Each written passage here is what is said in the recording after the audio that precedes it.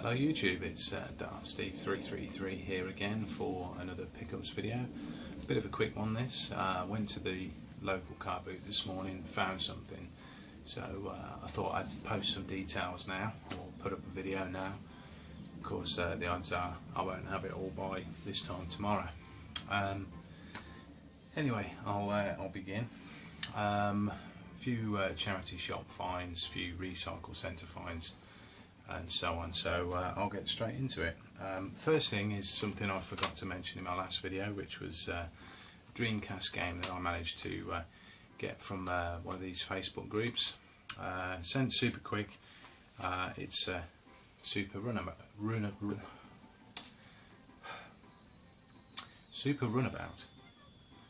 for the Dreamcast. It's got obviously the front, the disc and the manual, but no rear inlay, so I'm going to have to, I think, probably print one off. One thing I have found is that I've found a scan for it out there, but I can't get it to print out at the right size, so I need to try and just get the pixel dimensions, if you like, so I can print that properly. So yeah, that was I think £4 or £5 possibly, all in. So yeah, pleased to get that. I used to have that before, so got that again. What next? Found these at a charity shop the other day. PS3 games for £1.99 each. I'll be holding on to one, maybe two of these. First one is I'm going to show you is least value of the lot, unbelievably, is Grand Theft Auto 4. So I may hold on to that. So I think you can only trade that in for what I paid for it. So I've got it on the 360, but I might hold on to that. Next one is Sniper Ghost Warrior. Next one is Saw 2 Flesh and Blood.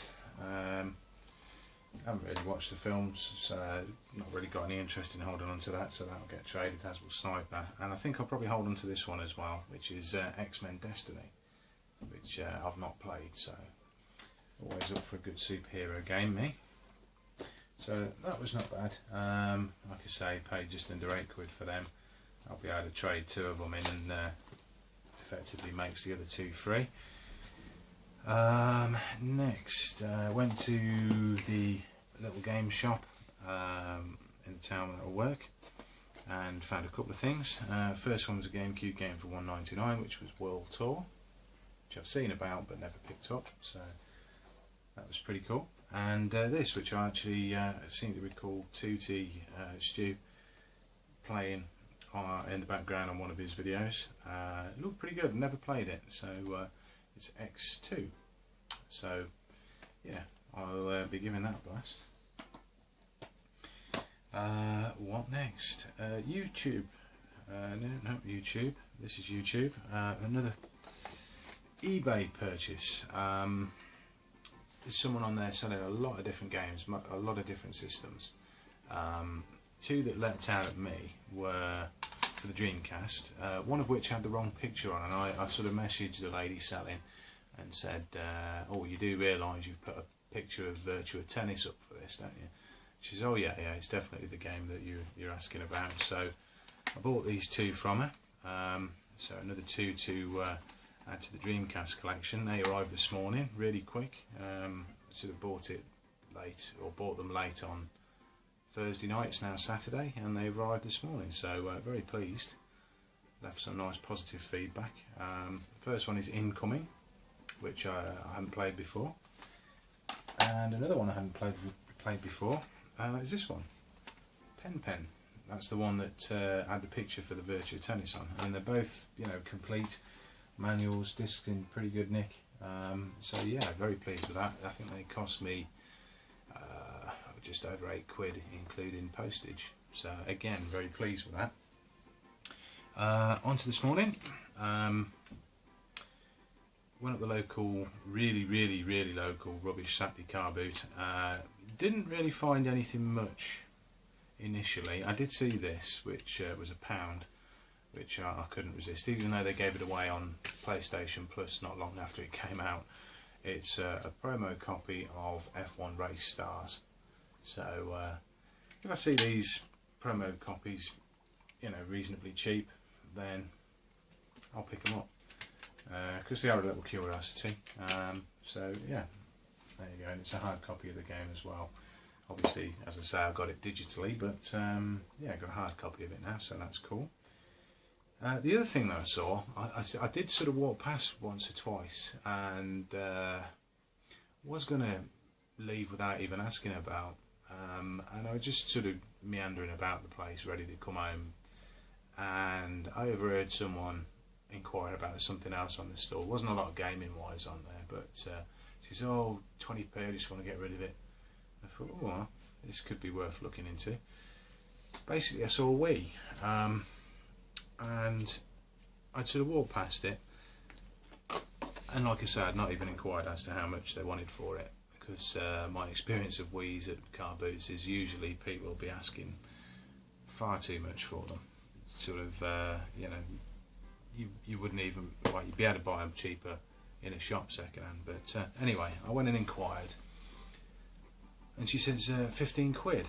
So I thought, oh, well, that's worth thinking about. So I took her up on it. So what I got was obviously most of the hookups. It is missing the AV cable, but I got a spare one of them somewhere. So we got the obviously the sensor bar, the power pack, a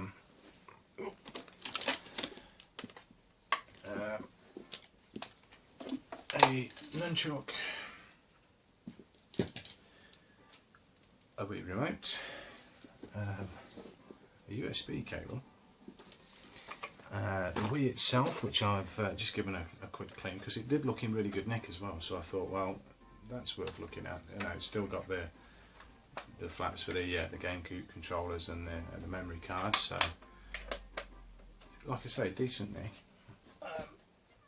And it also came with a balance board and a balance board battery pack. The balance board has actually got a battery pack in there already as well, rechargeable one, and some games, obviously all the manuals as well. So the games were, as you might expect, Wii Fit, Wii Fit Plus, Water Sports, which for those of you who may have slightly mucky minds, it's all about that sort of thing, and not anything else you may be thinking of. And Wii Sports. So, and here's all the bump and paraphernalia. So that cost me 15 quid. So I figured, as long as it works, I should be able to get probably a little bit more than that back if I trade it in a computer exchange towards a voucher for later purchase of some GameCube games. And I was right. The one minor snag I found out when I got home, because I didn't check while I was there, was that the Wii remote, I opened the back up, there was batteries in there. The only problem was the batteries had been in there probably, I reckon, for maybe 5 years. I think someone had obviously bought this, played it a handful of times, and then put it in a cupboard and never been near it again since. So it was pretty badly leaking, this set of batteries, to the extent that once I'd managed to prise the batteries out, the inside of the battery compartment looked a little bit like crystallised sugar. Excuse me. So anyway, I thought, okay, right, off we go. Took the batteries out, got most of the crusty acid out of there,